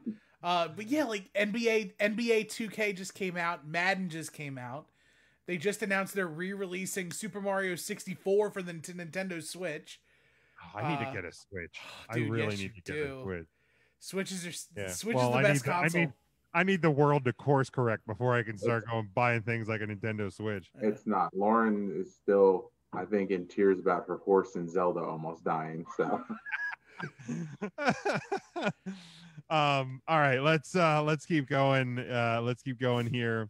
Singles match for the AEW Women's title. Thunder Rosa going up against the AEW Women's Champion Hikaru Shida. This is one of those ones where like I thought the Thunder Rosa match, again, that was my highlight by far of the night last night on Dynamite. I like the spot here. I like kind of the working partnership, which I guess isn't really a thing with NWA, according to Tony Khan earlier today. But again, I just kind of chuckle at like it's another instance of somebody just coming in and getting a title shot right off the jump. So why do we have wins and losses? Why do we have a record counter on our website when somebody can just walk in from a whole other company and just go, I want a title shot, and they go, okay. All that being said, because I don't know the status of Thunder Rosa. I would love Thunder Rosa to win this match, but I have Shida retaining. To say something without saying too much, the NWA is very Lucha Underground right now. Gotcha. So yeah. So there's some people who you'll see and some you may not see for some time. With that said, I don't think Thunder Rosa wins here. I think it's a good way to boost the credibility of Shida, to beat an established champion in her own right in Thunder Rosa. I still think AEW's got a bunch of stock in Shida. I'm glad that they decided that Shida's the right Joshi to go with, as opposed to Riho. Yep, thank you for that. I couldn't remember her name. But yeah, so I got Shida. Ryan, how about you? Yeah, I think we're going to see Tony Khan do what he did with Double or Nothing and WrestleMania, and he's going to put his guy over. In this case, it's going to be Shida. I think you have to put Shida over. I don't think you want to have your NWA champion come in and beat your champion the first match possible. Is it possible? I do think so. I love Thunder Rosa. I think that was the highlight of Dynamite. Honored to call many of her matches. So you know, a really great superstar, really, really a wrestler, whatever you want to call her, a wrestler. But Sheeta has to retain here. Matt, how about you? All you monsters picking against former guest of the show, Thunder Rosa. For shame. This is why we don't get guests back. That's true. That's why we've been They guestless. listen to these shows and they hear us picking against them. Ryan, this is on you. I'm sorry, guys. Thunder Try to Rosa do better next for the time. win.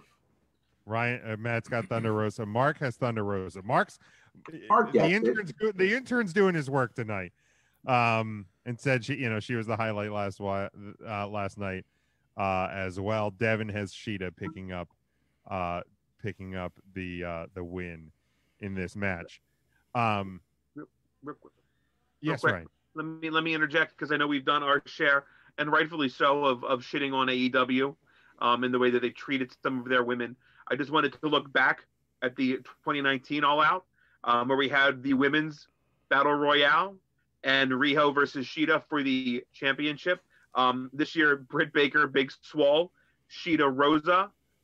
Which lineup do you guys prefer? Last year's lineup with the big battle royal, or this year's lineup with the clear-cut better wrestling match with like Sheeta and Thunder Rosa? Just curious. I think I like this year's. I mean, the nice thing with the battle royal is you get more people with a payday. And I feel like a battle royal, even if you put it on the pre-show, you can set up a potential women's champion, Money in the Bank holder as well. So maybe kind of a miss site here on them for not having another battle royal, but I prefer two matches, especially two that I think could be pretty good. Especially the women's title match. So I'll prefer this one.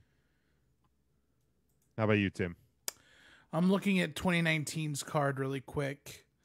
2019, Nyla Rose beat Britt Baker. Okay. The winner of that match That faced was in- Riho Cheetah. Yeah. So that was in the pre-show. Yep. Okay. So with that case, I'll take this year's. I just wasn't sure that the Casino Battle Royale from last year was in the pre-show. It was, yeah. Yep. Also, I'll take this one as opposed to the other. I think Tooth and Nail is going to be way better than the Casino Battle Royale. And then Sheeta, I think Thunder Rosa is going to be a better opponent than Riho. Matt, your thoughts?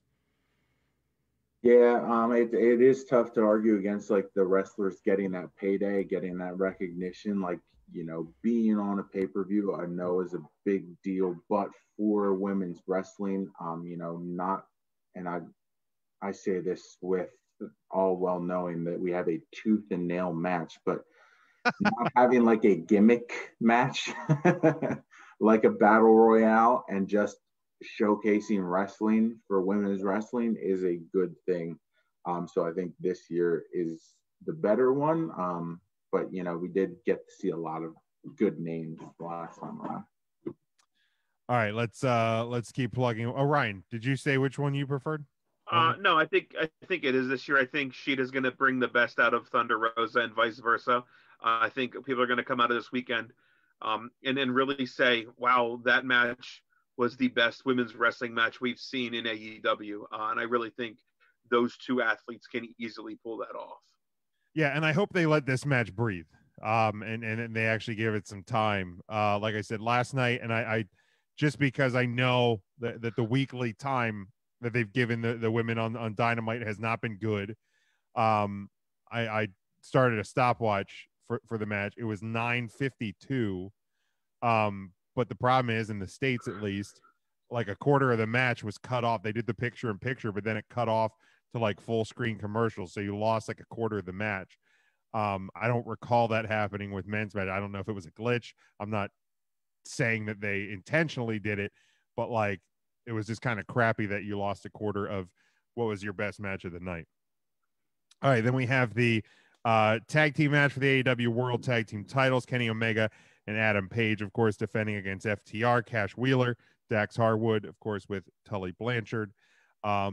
Shouldn't be a surprise for me. I said FTR is going to win. I think we're going to continue to see the the breakdown of the Elite and Page and Omega. And I think at the end, I saw a lot of people talking about it because obviously I don't watch Being the Elite. But there was a shot at the end with, I guess, Kenny Omega wearing the sunglasses that he wore as the cleaner. So I guess we're possibly seeing a different Kenny Omega than we've seen in AEW. So I think we're just seeing a lot of things that point towards a change in the tag team championships. Tim.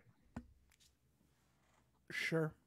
I couldn't be farther away from Kenny Omega at this point. I think he's taken a huge step back now that he's on US. He looks like a fish out of water. He was definitely the oddball in that whole segment last or 2 days ago or yesterday. Yeah, like Tully Blanchard, FTR, and Adam Page are there, and just Omega is cutting promos like he's in Japan. Like, it's just not. I will tip my hat to Omega for the Hana Kimura shirt. Yeah, perfect. Today, I guess today would have been her birthday. I know there was a Pro Wrestling Tees site launched with, I guess, money going to her family. So obviously, that was cool. But yeah, I agree with you, Tim. He seemed way out of place in that segment, big time. Right. Ryan. Well, Kenny Omega dropped to 13th in this year's PWI, so we have to bring back that cleaner gimmick and set him back on his solo route to at least move him back up inside the top 10, because we're just not going to stand for that. Matt, how about you? Revival. That's what we're talking about, right? Oh, yeah, FTR. Is that FTR? Yeah, FTR. Yeah, I assumed that was your prediction if you hadn't actually said it. Yeah, bad. Intern Mark says FTR. Jason FTR says FTR has to win. All of their champs need to be recent WWE fires. Charlie says calling it now a complete and total implosion of the Elite. Lou says Hangman joins FTR and Omega finally gets out on his own and hopefully starts to shine. All right, then we go to the bloated corpse of Chris Jericho, Captain COVID himself, taking on Orange Cassidy in the Mimosa Mayhem match. The match can be won by pinfall, submission, or throwing your opponent into a tank of mimosa. I like Orange Cassidy to get the win here. He's definitely been a bright spot that at first I was kind of like, I don't really get him either, but dude's super talented. And I think getting a Jericho rub here, all jokes aside, will do pretty good things for Orange Cassidy. So I like Cassidy to win. Tim. I got Chris Jericho winning because he's going to get thrown into a vat of mimosa. I see what you did there. I mean, Chris Jericho will win because he's going to be in his natural habitat. He will get drunk. He's going to get into the fish tank, and in one breath, inhale 800 gallons of mimosa. Perfect. I see what you did. He's there. going to turn into a sponge. He already is. Worse. Ryan, how about you? Here's my biggest gripe, and this is going to sound ridiculous, but I've never seen a mimosa be that orange before. Like, orange juice is more of a yellow color, and I'm probably just splitting hairs here, but I just don't like the juice that they use as orange juice in the AEW. Like the orangeade that they dropped? Right. It's clearly more of an orange aid. It's a great call, Jim. It's not orange juice. That being said, Orange Cassidy will win this match. You also skipped the Hardy match. Sure did. I'll go back to that one. No, we don't have to. I'd rather not. Real quick, Sammy. Sammy. All Perfect. right, good job. Very good. Ryan. Broken rules, whatever that means. Yeah. Sure. Again, maybe Tony explained it on the podcast I'm this not week. doing more research. No, that's fine. Trust me, don't need you to. Hopefully they explain it on Saturday. Ryan, did you say Orange Cassidy? Yeah, Orange Cassidy, yeah. Matt, how about you? Yeah, Orange Cassidy for sure. Jericho. I said it like 6 years ago on Facebook that he looks like an old sad grapefruit, and it's just like gotten worse. An older, sadder grapefruit at this point. So yes. Orange Cassidy. It's last week. I think it was like Payback 2015 or something. I just put it on the network as I was working on some stuff, and like I forget who Jericho was wrestling, and I'm like, holy hell, that guy has aged like milk. Like he really, really has. It is not great. I don't know if it's the hair, the bloated body, or all things considered wrapped into a really awful package, but it was bad. It's bad. Charlie has OC. Mark says he would love to see Cassidy win, but he's going to go with Jericho. Jason asks, how does it help him getting this rub? And Mark and Devin had Sammy winning the match that we don't care about. I do have the rules for that match real quick if you want me to run them down. Sure. It is a last man standing match determined when one man cannot answer the 10 counts.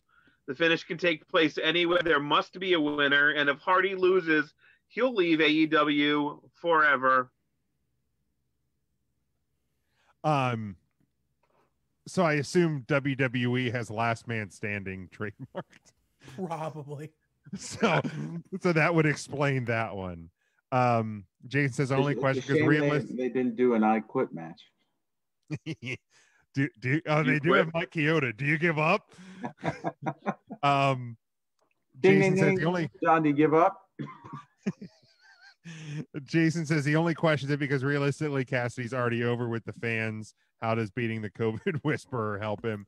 I guess because there's probably some people on the outskirts of AEW markdom that, like, if you see him beating Chris Jericho, go, oh, who's this guy that beat Jericho?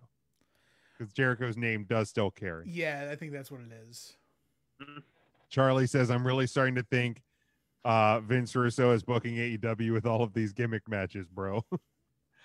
All right, let's go to the main event. Singles match for the AEW World Championship. Jon Moxley defending against MJF with Wardlow. Moxley is banned from using the Paradigm Shift finishing maneuver.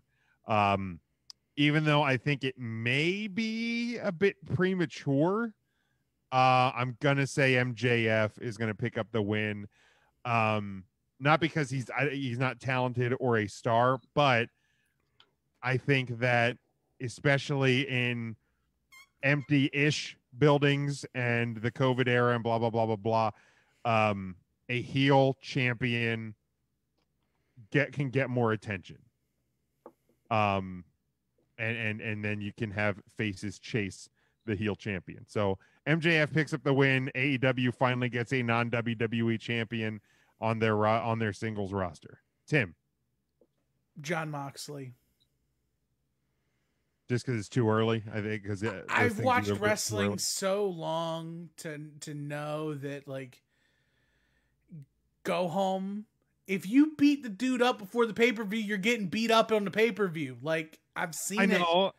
Like, I get it. It's what happens. Like, Jon Moxley's winning. Like, I don't think you're going to have MJ, like, especially they're making a big deal, like, MJF being undefeated and whatever. Like, what if there's a DQ? Like, I think Jon Moxley.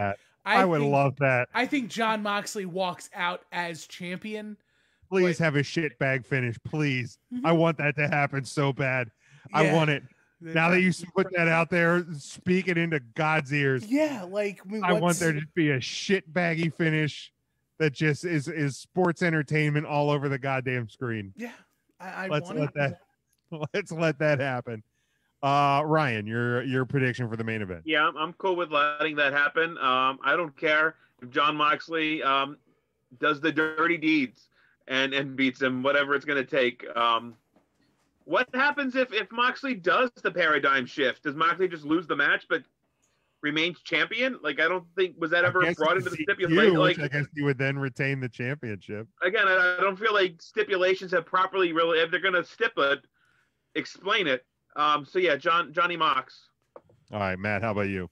Yeah, it doesn't make sense to take the belt off of Moxley at this point. I would like to see MJF as the heel champion down the road, but not just yet. I think they still have some more character build to do with him.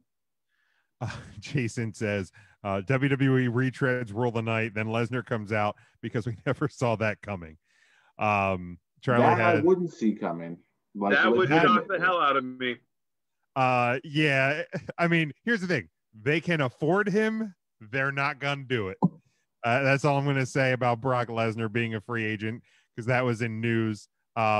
He's going to, whenever Vince wants to open the checkbook, he's not going anywhere else. Like, shut that down real quick. Devin says MJF. Charlie says Moxley. Mark has MJF as well.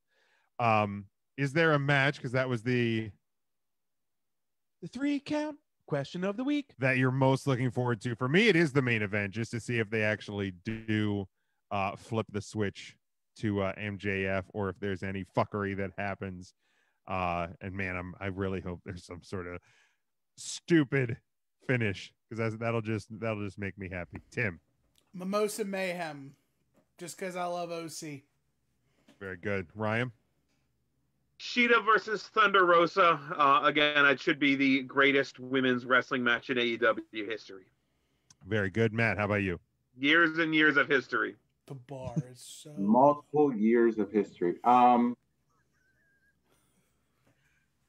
guess the main event, just because I want to see, like, I really do like MJF, so I won't be disappointed if they give him the title. So I thought when you said main event, you obviously meant Broken Rules, Sammy Guevara and Matt Hardy, right? No, I was talking about the tooth and nail match. Oh yeah. All right. Let's couple things here before we wrap up the show. Tuesday night, the NXT Ironman match. It was a 4-man. Obviously, Adam Cole, Payback, and Finn Balor both finished the Ironman match at 2 falls. Gargano and Ciampa each had 1. There's a lot of mixed reviews, and I feel like it's either you loved it or hate it. There's not a lot of people like myself that are kind of in the middle on this. I don't love it, but I'm also not gonna flip out about it, because when you and I did post my thoughts to the Patreon subscribers, patreon.com/3CountThursday, in longer form.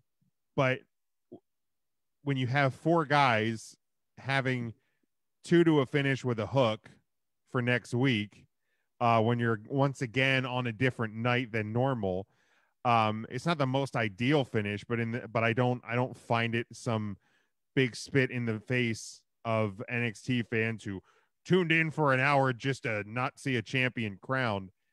I mean, were you going to watch NXT or weren't you? Like, for me, like, the match was good. I loved the match. And I have no problem with the hook the next week to crown a champion. Tim. My only problem with it is that the sudden death didn't happen on the same night.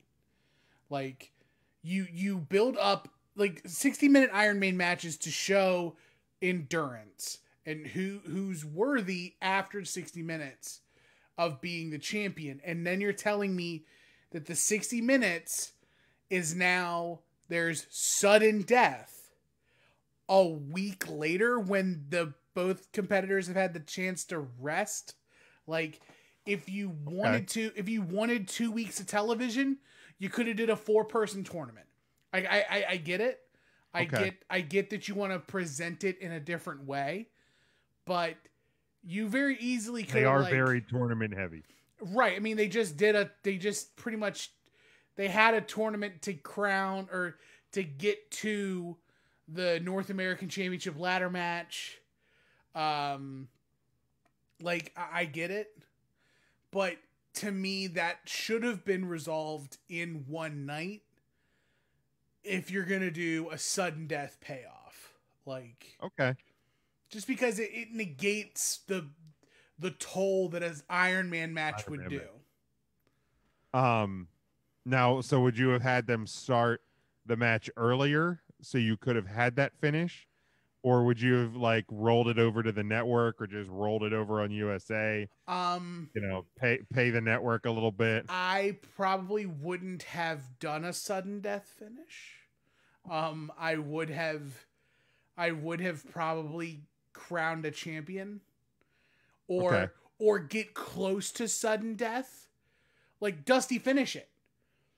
Instead of saying definitively that Adam Cole got the fall, make it so time expires, they have to go off the air, and the question is, did 3 happen before or after 60 minutes? I mean, they almost missed that mark, right? As it was, and so Balor could have walked out as NXT champion on Tuesday, and then you have the question of, did Cole actually get the pinfall? Okay. And then that way you have something to look forward to on Tuesday. And if Cole's fall did take place, then you do Balor versus Cole for the NXT championship. Like I like that. There's other ways to do something. Like, I get that there's timing involved, but also this was taped. This wasn't even live. You could do anything. That is true. That is true. Anything. That it was not live. That is accurate as well. So like, that's another thing that it's a different soapbox, but fair. Yeah. I can see that. Ryan, your thoughts on the NXT Iron Man finish? Yeah, man. I think the precedent has been set that the night that there is a tie, that it finishes right away, like Tim had said. The problem is this is 4-man in one match. So would you kick out Gargano and Ciampa and then just have it a 2-man match to end it? Okay. So you would alter then the match a little bit. I don't know. I guess that makes sense.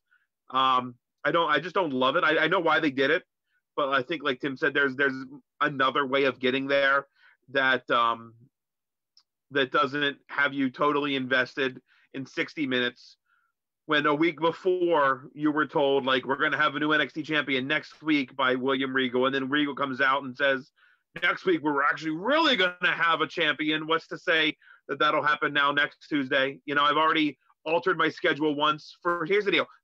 I'm going to watch NXT regardless. But if I'm a casual fan, I've altered my schedule once to see this match. Do I want to do it again? Or do I feel slighted by not getting what I was told I was going to get? I don't know. I see why they did it, because they got to hook you back in, but I also see the negative side of it too. So you're damned if you do, damned if you don't, I guess. I mean, anything can happen in the World Wrestling Federation NXT. We do know that. Matt, also, I feel like NXT is kind of bitten by some sort of unlucky bug that a lot of times they're laying the championship down. Maybe I'm thinking it happens more than it really does, but I feel like it's happening frequently. Well, I think it feels that way a little bit too, because Keith Lee forfeited the North American title, and then the new NXT champion right away had to put the title down. But also, I think you're going to get that in a developmental world as well, because we've seen it a couple times with the women's title, because they've gotten called up, so they relinquished the title, stuff like that. Maybe this is kind of the name of the game when it comes to that. Matt, thoughts on the Iron Man finish?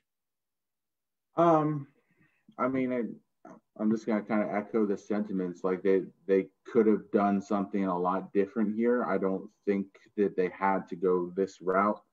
If they're going to do a sudden death, then they have to do it same night. You can't drag that out. It's poor booking, and at the NXT WWE level, like this isn't to be expected. Like that's an indie show type of booking. That's not what we've come to expect. That's Vader booking. That's Vader booking there, baby. Well, I'm not going to wrestle tonight, but if you come back next month, then I'll wrestle. We're going to tag up. We're gonna fight here.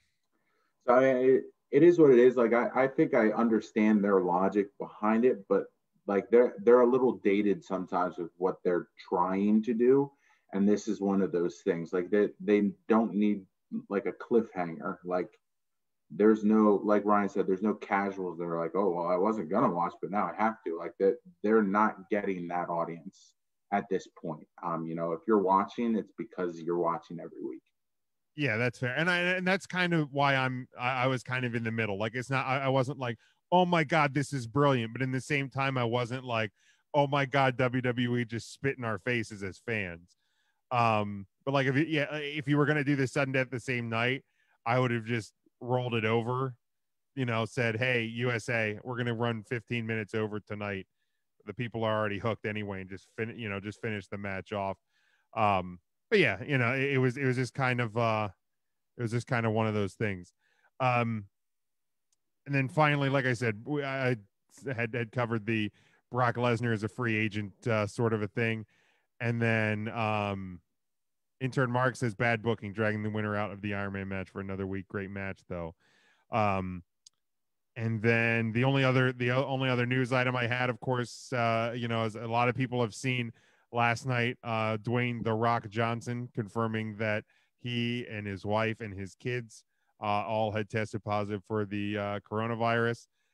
Kevin Nash on Twitter had said that him and his wife had tested positive as well. And then AJ Styles on Twitch said that he had tested positive back like a little over a month ago as well. So when we saw AJ off TV for a little while, that would have explained that one. But it is good to see that all of them have recovered and are doing better. Obviously, not to tell people things that they don't already know, but it's still out there. It's still real. Wear your masks, do the right things. But glad to hear that those who have gotten it, and obviously, because we know Renee Young was one of them. We know Kayla Braxton was one of them. So I think little by little, the WWE names were starting to trickle out, but AJ Styles being one as well. Otherwise, I don't have any other news items. I don't know if anybody else has anything to add. I want to say congratulations real quick to G. Raver, who was victorious in the lawsuit that Jim Cornette put against him. I did see that in court. Falls under the parody, I guess, by Cornette taking the first blow. G. Raver was able to parody the likeness of Jim Cornette for his T-shirt, or his plain black T-shirt, whatever you wanted to call it. So congratulations to G. Raver on that. Free speech wins. There you go. Anybody else? All right, Tim, got anything to plug? At Not the Tool Man across all platforms. You know where that is. If you like your podcasts with a little more wrestling and a little more retro, Final Wrestling Place, wherever you get your podcast, Apple Podcasts, Google Play, SoundCloud, Spotify, Stitcher, just search for Final Wrestling Place in your podcatcher. Or follow us on Twitter at Final Place Pod. We missed last week because we were both under the weather. So last week's topic is this week's topic.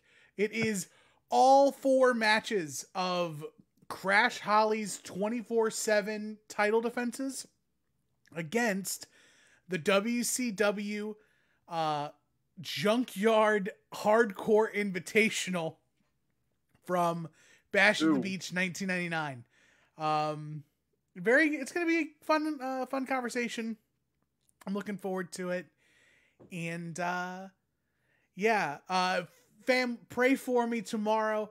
I'm trying to get a pair of shoes, at 10 a.m. It's a limited edition pair of shoes. I saw you tweeting about this earlier. Puma is releasing a pair of limited edition Super Mario 64 shoes. Daddy needs these shoes. So just pray for me, fam. We got to get these shoes, Jack. Got to get them. Ryan, anything to plug? Now you can follow me down there. It's the Twitter.